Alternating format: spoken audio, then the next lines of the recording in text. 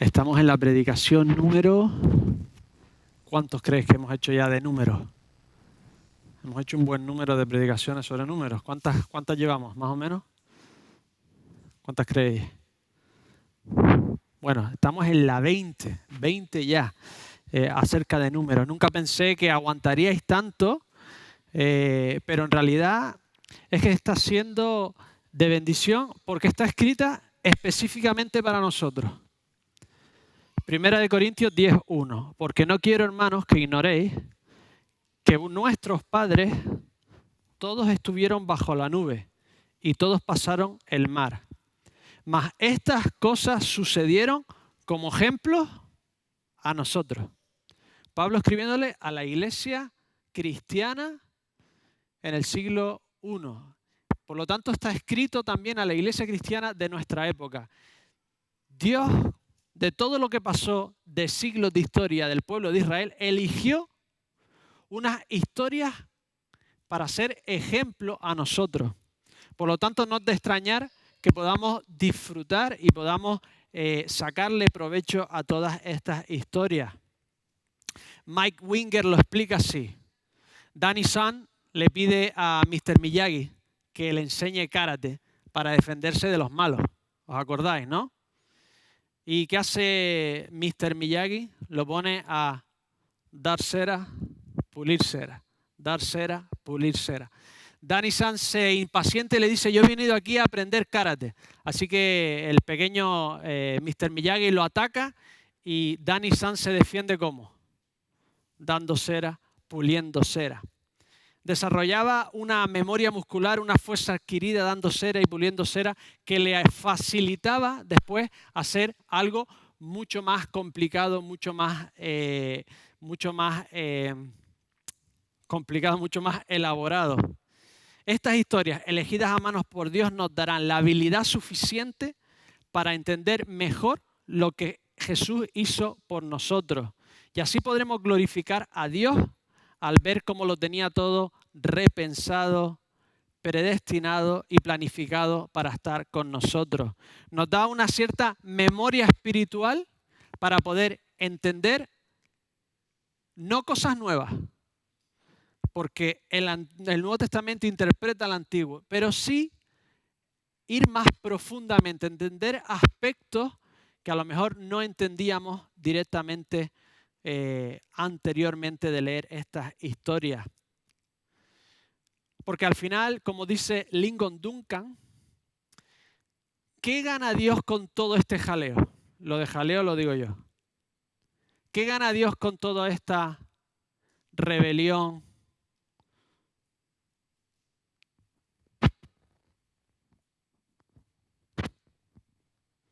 Con toda esta rebelión, perdón, rebelión, juicio, castigo, perdón, rebelión. ¿Qué gana Dios realmente con perdonarnos? ¿Te lo has preguntado? Siempre pensamos ¿qué saco yo, no? ¿Qué saco yo de que Dios me haya perdonado? Pero ¿qué saca Dios de todo esto? ¿Qué saca Dios de toda esta historia de números, de rebelión, murmuración, perdón, rebelión, perdón? ¿Qué saca Dios? A nosotros. Eso es lo que saca Dios de todo esto.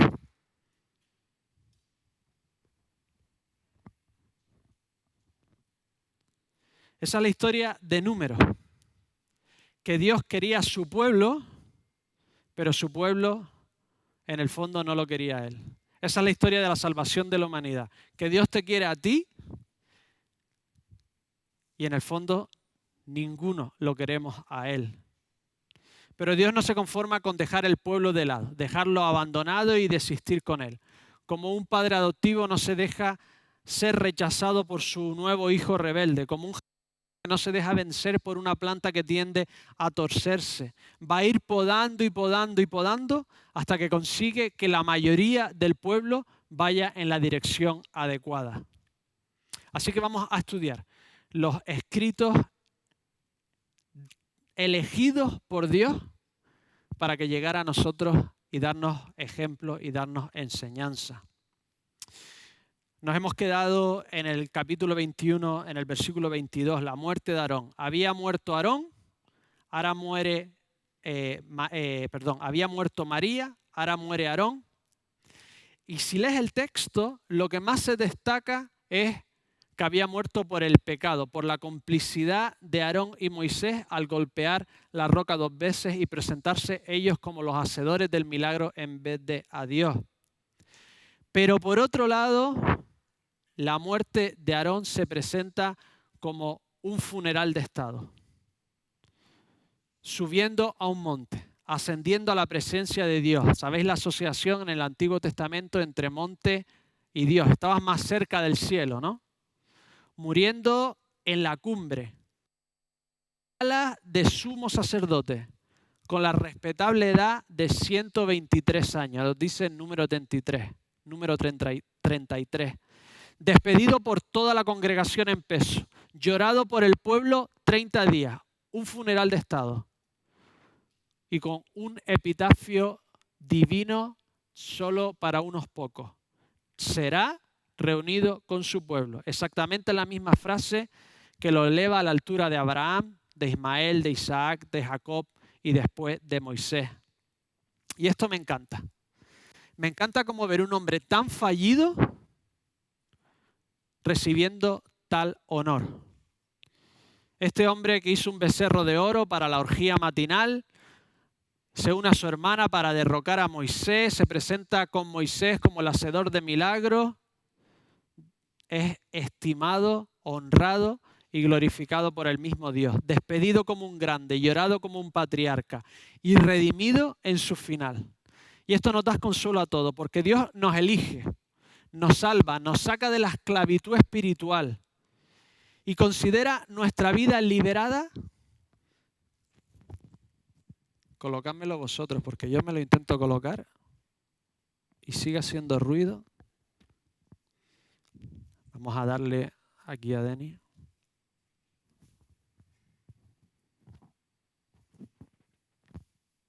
Perfecto. A ver si ahora no hace ruido. No, iba haciendo un poquito de ruido. Seguimos donde lo estaba. Dios nos elige, nos salva, nos saca de la esclavitud espiritual y después nuestra vida de redimidos lo considera en el total. No nos machaca cada fallo. No nos hunde en cada rebeldía, sino que nos sostiene, nos levanta, nos construye, nos alienta, nos da segundas, terceras, cuartas oportunidades para emplear nuestros talentos y nos enfila hacia un final glorioso y nos reúne con nuestros familiares y aquellos que han tenido fe. Esto es un consuelo para todos nosotros. Y mirad qué control, como si fuese un botón de apagado y encendido, control sobre la vida y la muerte. Sube, asciende paso a paso hasta la cumbre, directo a la presencia divina. Un segundo antes respira, un segundo después ya no respira. Un instante está y al siguiente ya no está. Está respirando tu Padre y al segundo siguiente ya no respira. Vivimos como si fuéramos eternos. Nadie pensamos que voy a morir mañana, menos la abuela que te dice que esta es la última Navidad, pero te lo ha dicho a lo mejor 15 Navidades antes, ¿no? Pero nadie normalmente pensamos que hoy va a ser el mañana, porque somos eternos en realidad. El fallo de calibraje es vivir esta vida de aquí como si lo fuéramos cuando sabemos que es la otra de allá, porque esta en cualquier momento se acaba. Da igual lo joven que sea. Con 17 y 18 parece que la vida va a ser... Y de repente pasa el tiempo y se ha esfumado. Y solo uno tiene el control, solo uno tiene el pegamento entre el cuerpo y el alma. Una vez que se despega el alma, el cuerpo muere. Y de repente pierdes totalmente el control. Y Dios tiene tu vida en sus manos por el resto de la eternidad. ¿Estás seguro de dónde va tu alma? Una pregunta sencilla. ¿Estás completamente seguro de dónde va tu alma? La verdad es que da igual que estés seguro o no, porque Dios sí está seguro de dónde se va a llevar a sus hijos. Lo que yo crea, en cierta forma, es totalmente irrelevante, porque Dios ha hecho todo lo que ha hecho para tenerte a ti y a mí por la eternidad. Ha sufrido todo lo que sufrió para tenerte a ti y a mí por la eternidad. Él lo que saca de todo esto eres tú y soy yo. ¿Tú lo hubieses hecho? Carlos me dice que no. Yo tampoco.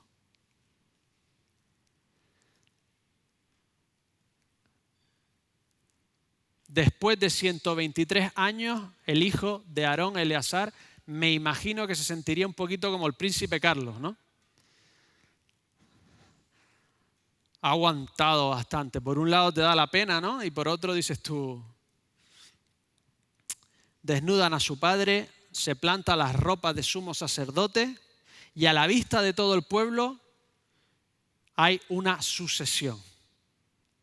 Las personas cambian, pero la obra tiene que seguir. Los obreros mueren y van cayendo, pero la obra de Dios tiene que seguir. Y los relevos tienen que ser públicos, tienen que ser totales. Y quieras o no quieras, siempre hay un elemento de cierta tragedia, duelo y rotura con el pasado. Pero hay que seguir porque la obra de Dios sigue. Hay que fijarse en lo que quiere hacer Dios y no simplemente en las personas que utiliza.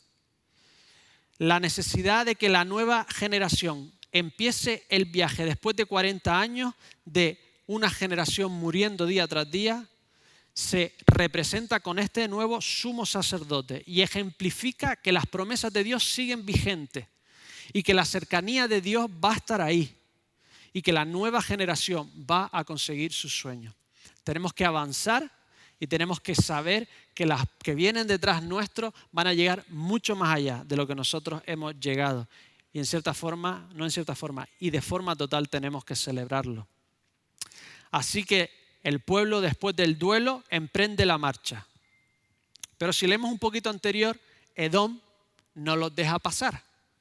Y en los planes de Dios no estaba destruir a Edom. La maldad de Edom no había llegado a la cumbre como la de Canaán. El juicio de Edom todavía no había llegado. Así que los manda a dar un rodeo. Y en el momento en que empiezan a dar un rodeo, con este nuevo sacerdote viene un rey cananita y los ataca. Y tienen la victoria justo en el sitio donde 40 años antes el pueblo había sido derrotado, en Horma.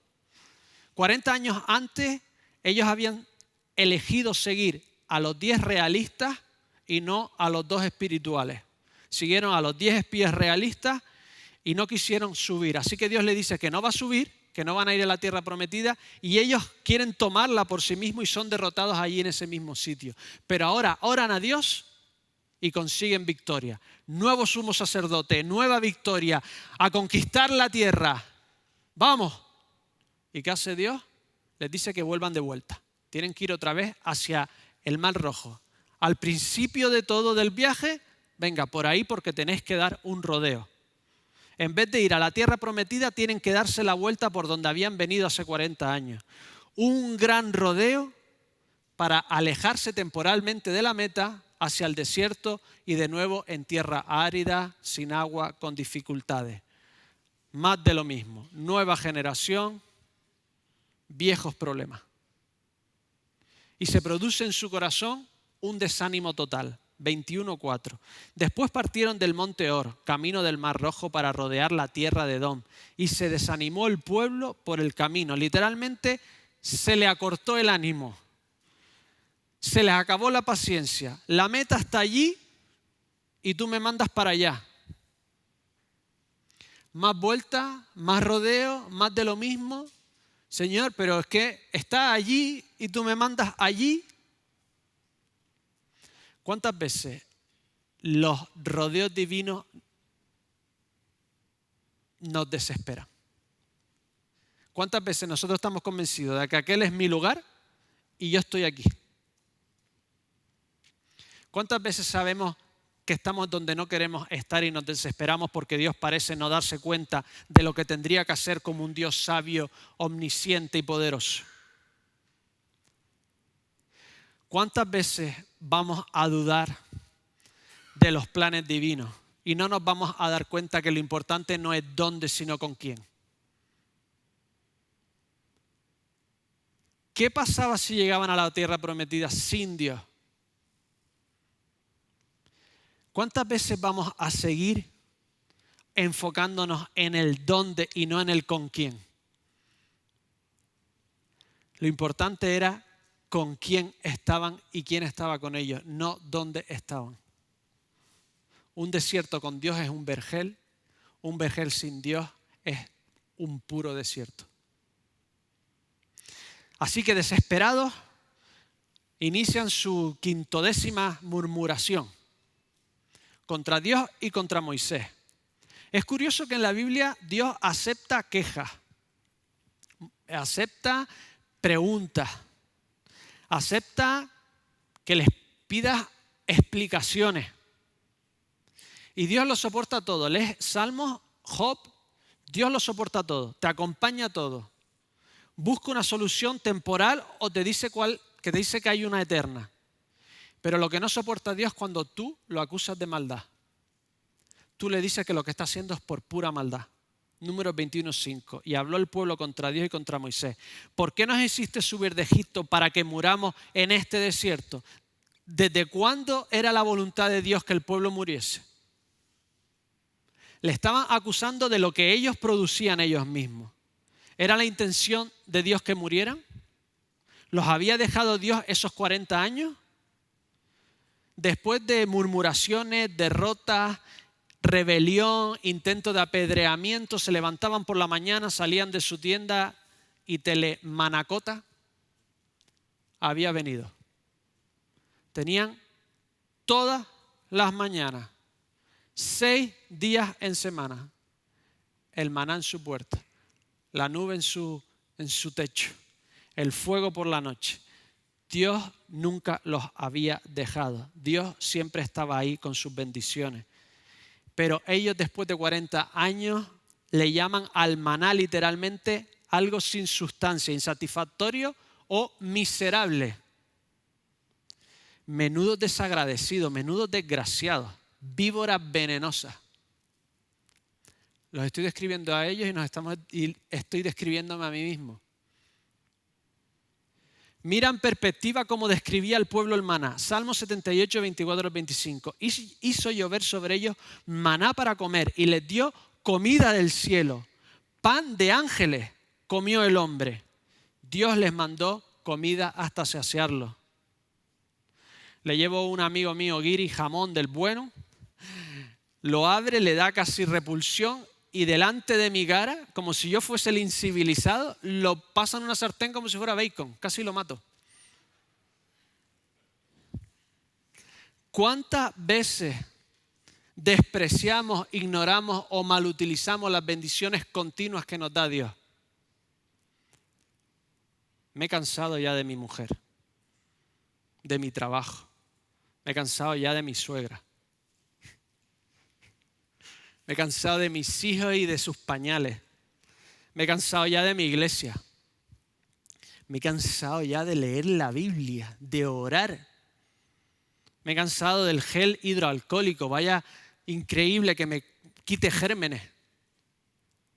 Me he cansado de mis arrugas y de mi pequeña casita y de mis labios flácidos. Me he cansado de estar vivo. En Occidente es la generación en la que todo el mundo ha querido en algún momento dejar de vivir. Eso no ha pasado nunca en la historia de la humanidad. Somos víboras venenosas que nos podemos cansar hasta de las mayores y mejores bendiciones de Dios.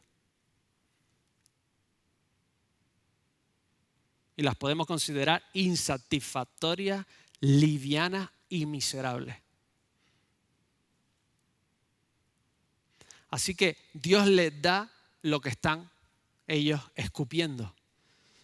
Dios siempre lo que hace en realidad no es traer castigo a la gente. Lo que hace es que las consecuencias de lo que hacemos nos lleguen de vuelta. La salvación es simplemente que las consecuencias vayan a otro, no a ti. Esa es la salvación, que vayan a Jesucristo y no a ti, porque lo único que hace es dejarte que te alcance tu propia maldad. Salmo 94, 23. Él ha hecho volver sobre ellos su propia iniquidad y los destruirá, ¿cómo? En su maldad. El Señor nuestro Dios los destruirá. Pedro, hablando del peregrinaje del pueblo y del nuestro viviendo en esta tierra. Y si invocáis como Padre aquel que imparcialmente juzga según la obra de cada uno, conducíos en temor durante el tiempo de vuestra peregrinación. Así que la actitud venenosa del pueblo es atacada por serpiente literalmente ardiente, seguramente sería la descripción del dolor al ser mordido, o posiblemente por su color. El veneno de sus bocas contra Dios y Moisés es infligido en ellos a través del veneno de la serpiente, porque el pecado al final es un veneno que te infecta y te causa la muerte. Seguramente esas serpientes podían estar en el camino. Mira lo que decía el famoso militar británico Lawrence de Arabia. Algunos con más edad han visto la película. La plaga de serpientes que nos ha acompañado desde que entramos por primera vez en Shirán, la zona esta, llegó a un máximo memorable hoy y se convirtió en terror. Este año el valle parece estar infectado de víboras cornudas y víboras bufadoras, cobras y serpientes negras. Era peligroso desplazarse por la noche y al final descubrimos que era necesario andar con palos. Nos irritaron tanto que incluso el más valiente de nosotros tenía miedo de pisar la tierra. Ejército británico, uno de los mayores ejércitos del mundo en la Primera Guerra Mundial. Pero es igual que las plagas. Hay algunos científicos ahora que son capaces de entender cómo pasaron una plaga detrás de otra. El mar se llenó de una alga roja que pudrió. Los peces se llenaron de ranas, al morir las ranas por el mar infectados, se llenaron de insectos, los insectos picaron a las reses, al ganado, etcétera, etcétera, etcétera. Pero da igual que fuese algo natural, porque Dios es el Dios que creó la creación. Lo increíble es el timing, el momento en que pasa y el alcance preciso y calculado, en el que Dios hace las cosas y no deja duda de que era obra divina. Esas serpientes estuviesen allí o estuviesen después con Lawrence de Arabia porque las serpientes de la época, no lo sé. Pero definitivamente ellos sabían que era un mensajero, un juicio divino. Así que muere mucha gente. Y el pueblo acude a un mediador. Mejor no ir nosotros, mejor ir a alguien que no se ha revelado. Hemos pecado, ruega a Dios que aleje la serpiente. Así que Moisés, que es el prototipo de Jesús, hace lo que siempre hace. Se pone de rodillas e intercede por el pueblo. Dios le contesta. Leer el versículo 7. ¿Qué es lo que le pidió el pueblo? Versículo 7, ¿qué dice que le pidió el pueblo? Quitar a la serpiente. ¿Qué hace Dios? No quita a la serpiente. O sea, le dice no. Le contestó no a Moisés. Porque hasta su hijo le dijo, no, no hay otra forma, no va a pasar de ti esta copa. Porque Dios muchas veces responde no, porque tiene algo mejor. Les dice que no, pero les da un antídoto. Dios deja que le muerdan la serpiente para que miren.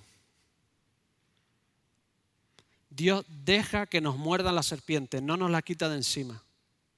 ¿Y saben qué? Última vez que murmuran.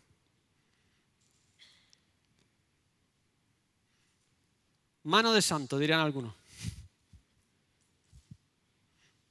No se vuelven a quejar. Fue la última murmuración diciendo que Dios estaba haciendo algo malvado. La última vez que culpan a Dios de algo. Piénsalo. ¿Deberíamos orar por serpientes venenosas para que nuestros pecados y actitudes recalcitrantes cambiaran una vez por todas?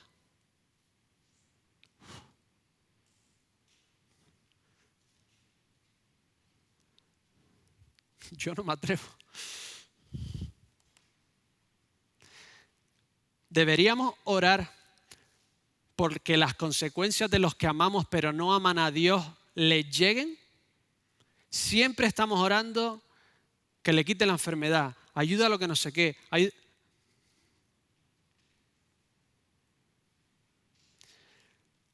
Dios le dice a Moisés, haz una serpiente y ponla en un palo. Y a Moisés se le ocurre hacerla de bronce. Imagínate tú, vamos, calienta el fuego, ayúdame, sopla, mezcla, pon, dobla. Hijo mío, hazla de trapo. Nos están mordiendo la serpiente. ¿A quién se le ocurre hacer una de bronce? Deberíamos orar que las consecuencias de los pecados durasen lo que tienen que durar hasta que las personas que amamos mirasen a Dios. Siempre oramos, que se le quite. Señor, sánalo, Señor, ayúdalo, Señor. Y es totalmente lícito y es lo que tenemos que hacer. No me entendáis mal. Pero detrás de nuestra cabeza, ¿qué tiene que estar? Señor, utilízalo. Señor, utilízalo. Que dure hasta que dure. Señor, utilízalo. Porque es mejor ser mordido que ser muerto por la eternidad. Es mejor ser mordido ardientemente que estar en la eternidad, en el fuego eterno. Así que llegamos al antídoto, Números 21 del 8 al 9. Y el Señor dijo a Moisés, hazte una serpiente abrasadora y ponla sobre un asta. Y acontecerá que cuando todo el que sea mordido la mire, vivirá. Y Moisés hizo una serpiente de bronce y la puso sobre el asta. Y sucedía que cuando una serpiente mordía a alguno, éste miraba y a la serpiente de bronce y funcionaba. ¿Qué?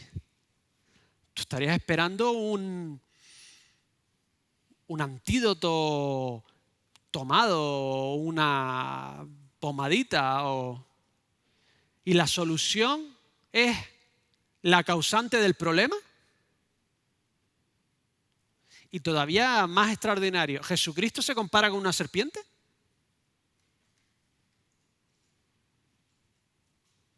Primero, la solución es un poco extraña.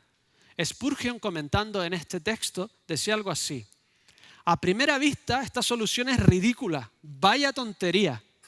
Médicamente hablando, no tiene sentido ninguno. No es de extrañar que Jesús en la cruz llegaran algunos, menearan la cabeza y se rieran de él. ¿Qué clase de solución era esa? ¿Qué clase de Mesías era ese?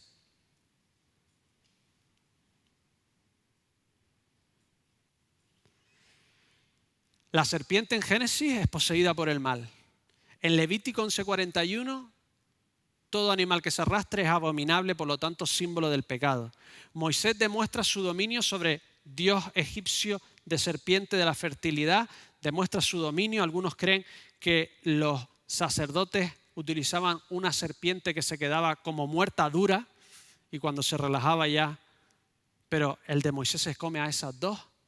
Estoy utilizando aquí muchas historias que si no te las sabes completa no sabes de qué van, pero los que me entendéis sabéis por dónde voy.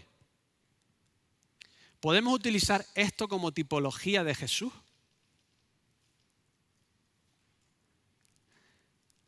Primero, es bastante sorprendente que 1200 años antes supiese Moisés que la solución a la humanidad estaría colgada de un palo. Eso es sorprendente. Y Jesús mismo se pone como ejemplo.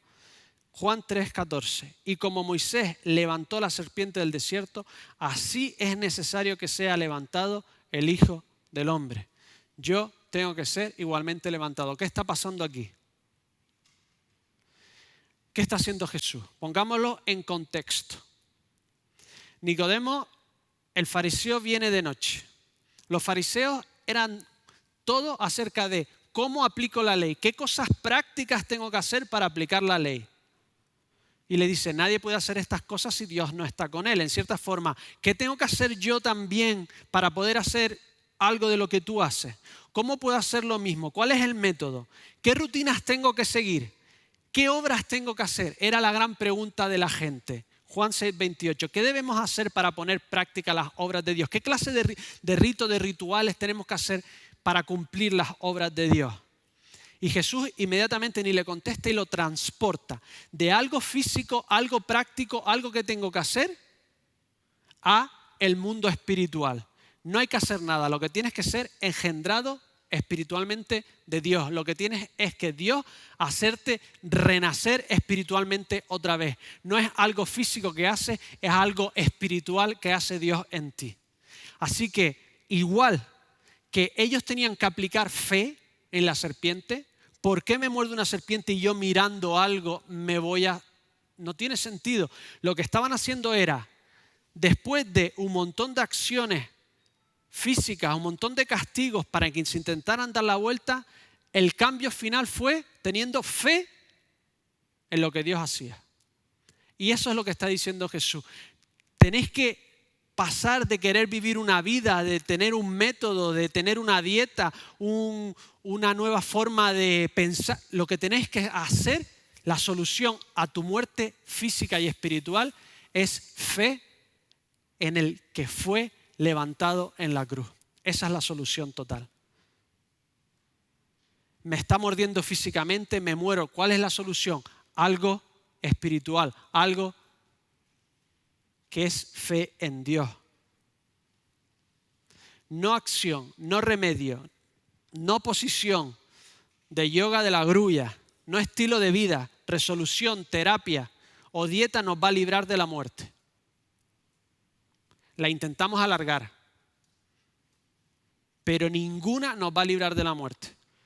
Solo mirar con fe al antídoto divino y humano para la muerte que Dios hizo en Jesucristo te va a salvar. Es la única solución. Deja todos los métodos y mira a Cristo.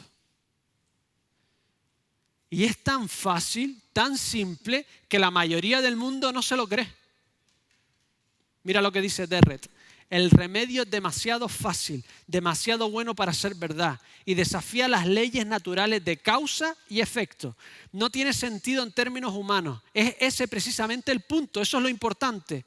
Al hacer algo que humanamente es irracional, la gente mostrará fe en el poder del Señor y la promesa de sanidad, que es su única esperanza.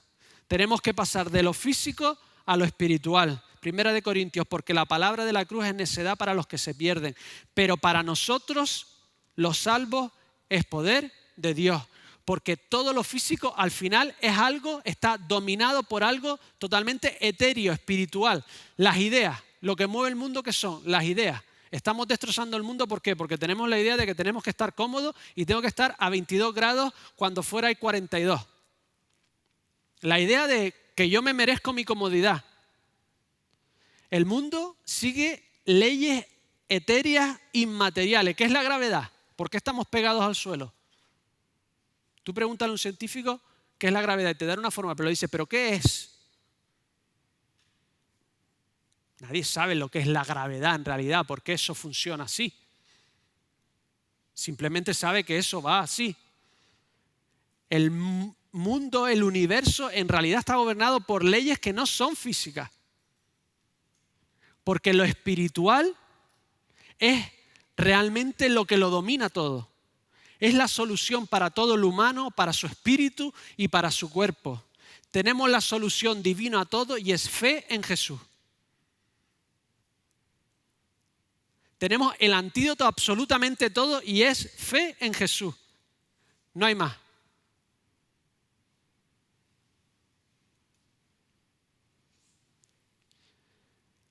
¿Y por qué una serpiente? ¿Por qué el problema se cuelga? Para que quedara bien en la farmacia, ¿verdad? Queda bastante bonito. Es verde ahí. Sería la superstición egipcia de ellos llevaban amuletos de serpiente para que no le picara a la serpiente, creyendo que el amuleto les podría dar poder sobre. Pero esto no es superstición. 600 años después, 500 y pico, según de Reyes 18:4, todavía estaban quemando incienso a la serpiente de Moisés en el templo. Así que Ezequías, viendo la superstición, la destroza y la parte en trozos.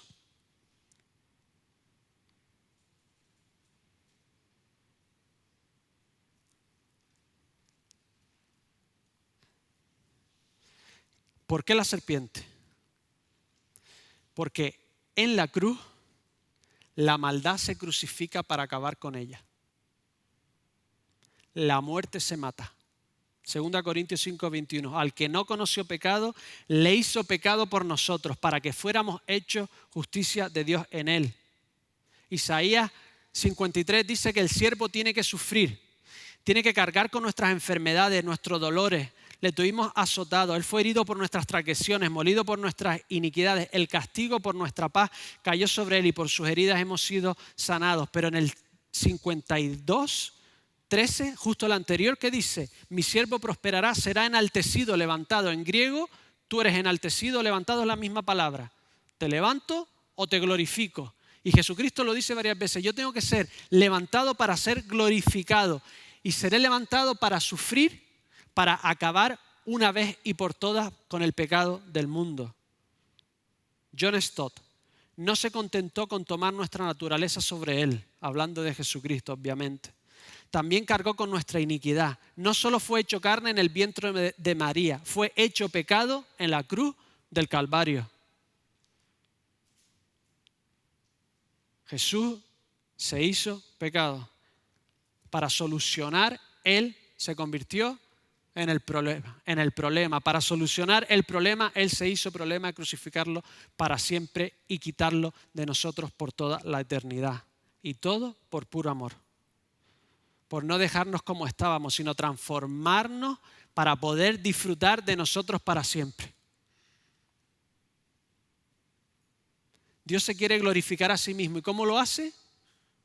Transformándonos a nosotros, escoria humana, en cosas gloriosas, en personas dignas de pasar una eternidad con Él. Dice, no puedo ser más específico. S.M. Peck dice, no puedo ser más específico sobre la metodología del amor que citar estas palabras de un anciano sacerdote que pasó muchos años en la batalla. Hay decenas de formas de lidiar con el mal y varias formas de conquistarlo. Todas ellas son facetas de la verdad de que la única manera definitiva de conquistar el mal es dejar que sea sofocado dentro de un ser humano vivo y dispuesto. Cuando se absorbe ahí como sangre en una esponja o una lanza en el corazón, pierde su poder y no avanza. Se acabó el mal. La curación del mal científicamente o de otro modo solo puede lograrse mediante el amor de los individuos. Se requiere un sacrificio voluntario. No sé cómo ocurre esto, pero sé que lo hace. Siempre que esto sucede hay un ligero cambio en el equilibrio de poder en el mundo. Y concluyo con esto. El cambio de poder definitivo en el mundo sucedió cuando Dios mismo se hizo hombre para cargar en sí todo nuestro veneno en la cruz. Para que todo aquel que suba su mirada y tenga fe, tenga sanidad completa y vida eterna para siempre. Gloria a Dios. Oremos.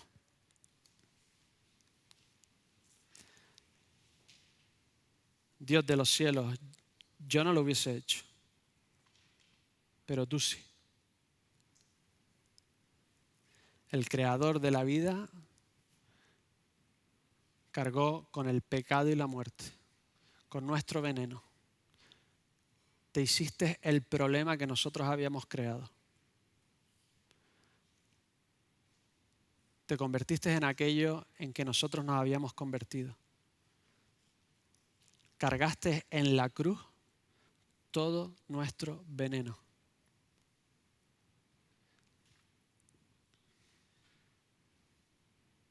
El veneno que escupimos a otros, el veneno que nos está llenando de gangrena.